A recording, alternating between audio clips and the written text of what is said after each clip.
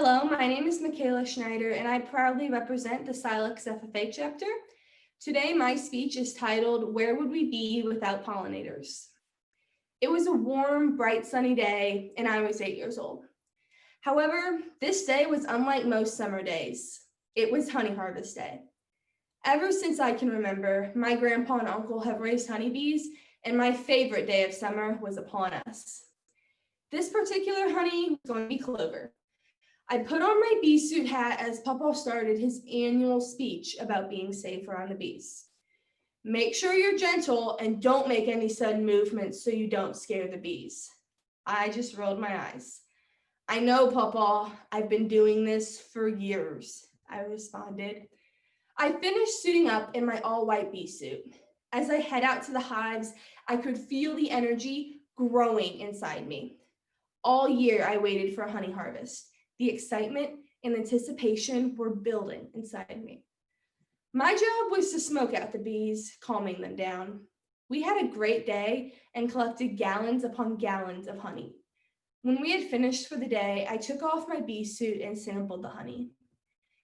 This year's honey was sweeter than any I had ever tasted. I took off running to the house to show my mom what we had collected. I was not around any other animals or manure, so I didn't even think to put my shoes back on. I got about 5 steps from my grandpa before I let out a yelp. I had stepped on a bee and it had stung my foot. The ball of my foot swelled up and it hurt to work on for days.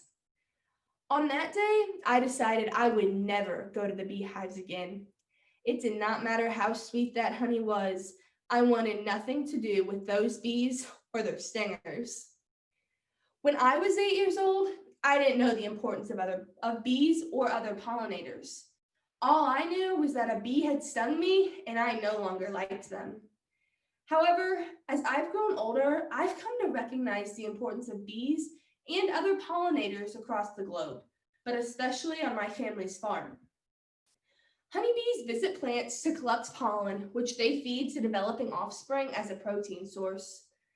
Throughout the day, thousands of bees repeat this action. They fly around and collect a pollen from one plant and then take off to a new plant.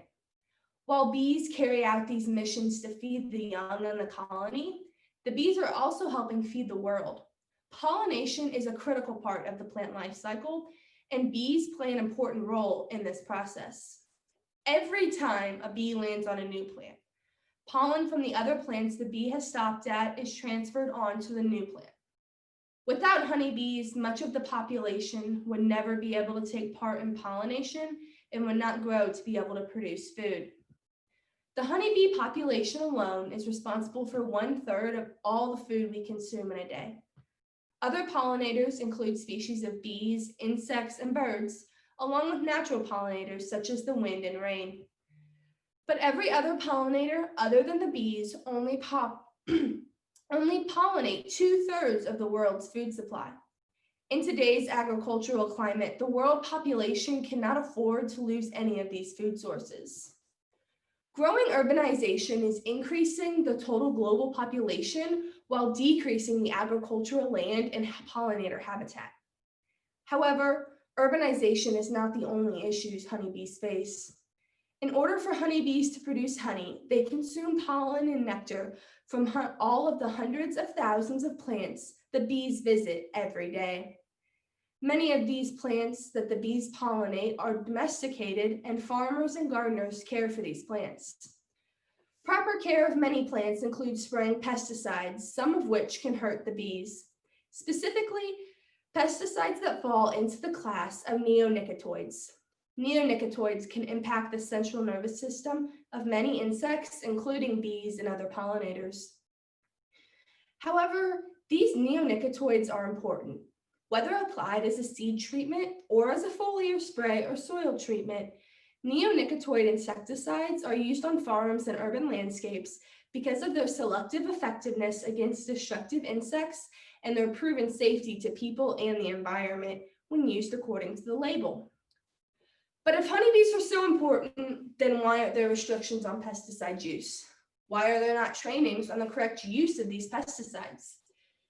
The answer to these questions is that there are many trainings that applicators must attend and strict guidelines to follow when using pesticides or insecticides.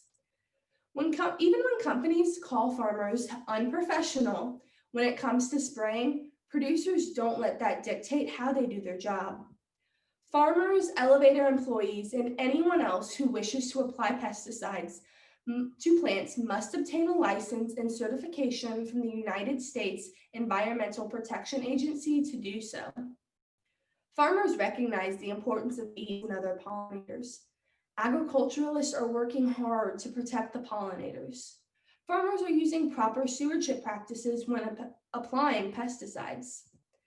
Farmers also have access to the Be Sure campaign from the National Corn Growers Association and other resources that work to ensure the safety of pollinators.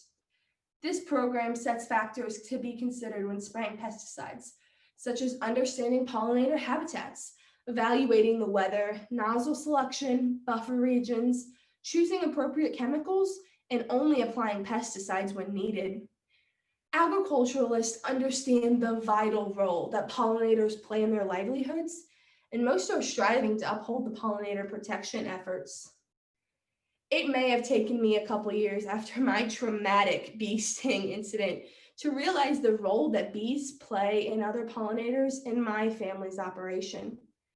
However, as I've come to realize their purpose, I've also come to realize the efforts that my family and many other farmers are making to protect these pollinators. After all, where would we be without pollinators? Thank you. Thank you very much. I have three quick questions for you.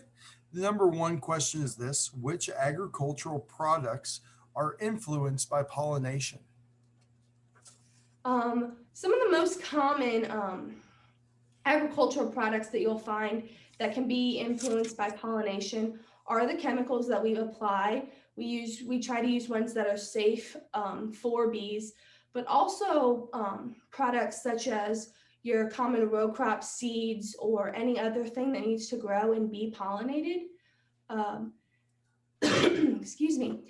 We need to make sure that we have ones that we plant at times, which they will grow according to the weather, of course, but also during when the pollinators will be pollinating. That way they're able to pollinate to grow the food. What do you think the greatest threats to pollinators are? So I think the greatest threat that pollinators face is the inappropriate use of chemicals, whether that be because we use them too much or if they're used not according to IPM standards. The IPM is Integrated Pest Management, and it sets forth some qualifications and steps that we can follow to ensure proper pollination is occurred and is safe for our pollinators, whether that be using buffer regions or correct nozzle selection, any of these things that we can find on the IPM list. So that way we can protect our pollinators because they do play such a critical role in pollination and in crop production.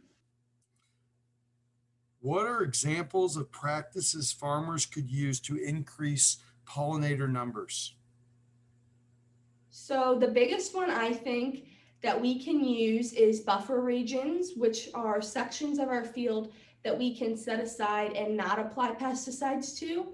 That can also be if you want to grow hay alongside of your field, you can do that. That way the pollinators have an area to go and collect pollen and nectar from.